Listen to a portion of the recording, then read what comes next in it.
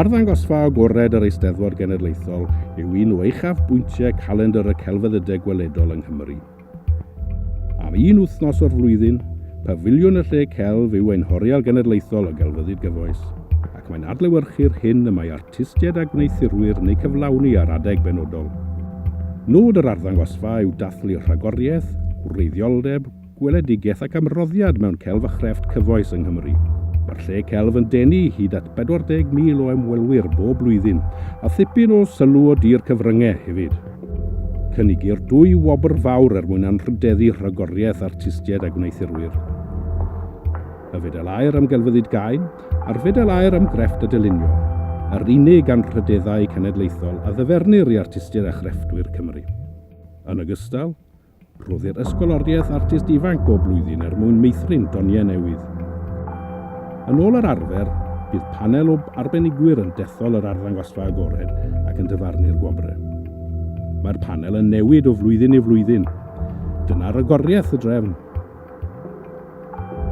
Y 3 detholwr yn Ynys Môn 2017 fydd yr artist Carwyn Evans, y curadur annibynnol Ceri Jones a Jessica Hemmings sy'n athro crefft ym Mhrifysgol Göteborg, Sweden.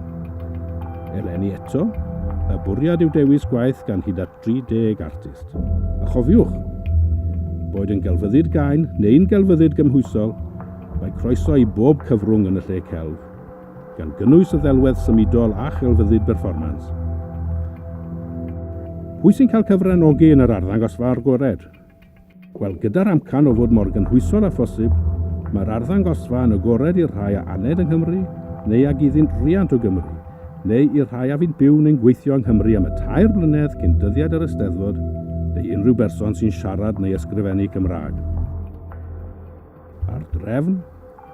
I ddechrau, mae'n fater o gyflwyno delweddau JPEG ar go bach neu ddisgen, neu, erbyn hyn, mae modd ymgeisio ar-lein hefyd.